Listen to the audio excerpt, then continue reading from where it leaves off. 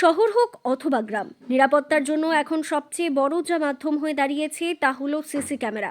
কেননা এই সিসি ক্যামেরাতেই ঘটে যাওয়া বিভিন্ন অপরাধমূলক ঘটনা সামনে আসে এবং পুলিশ সেই সকল ঘটনার তদন্ত করে অপরাধকারীদের বাগে আনতে সক্ষম হয়।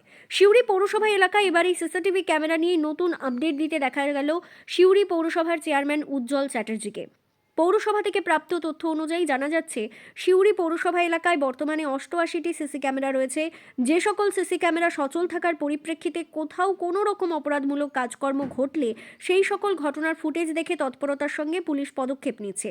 তবে এই 88টি সিসি ক্যামেরাতেই থেমে থাকছে না সিউড়ি, এমনটাই শোনা গেল উজ্জ্বল চ্যাটার্জির মুখ থেকে। তার কথা অনুযায়ী সাংসদ শতাব্দী রায় তহবিল থেকেই সকল সিসি ক্যামেরা লাগানো হয়েছে। আর এই সকল সিসি ক্যামেরা বাদে আরও যে সকল গুরুত্বপূর্ণ জায়গায় ক্যামেরা দরকার সেই সকল বিষয় নিয়ে তিনি সাংসদকে আবেদন জানাবেন। আশা করা হচ্ছে প্রয়োজন অনুযায়ী সেই চাহিদা পূরণ করবেন সাংসদ।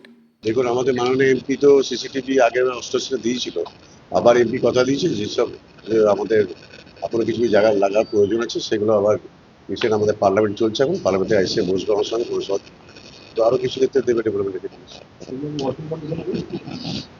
হ্যাঁ, রানিং, এগুলো তো রানিং আছে। এর জন্যই তো বেশি অপরাধমূলক কাজ যেগুলো হচ্ছে ধরা পড়ছে। আমার সিসিটিভি দেওয়া, আমাদের পৌরসভা এমপি দেওয়া এগুলো।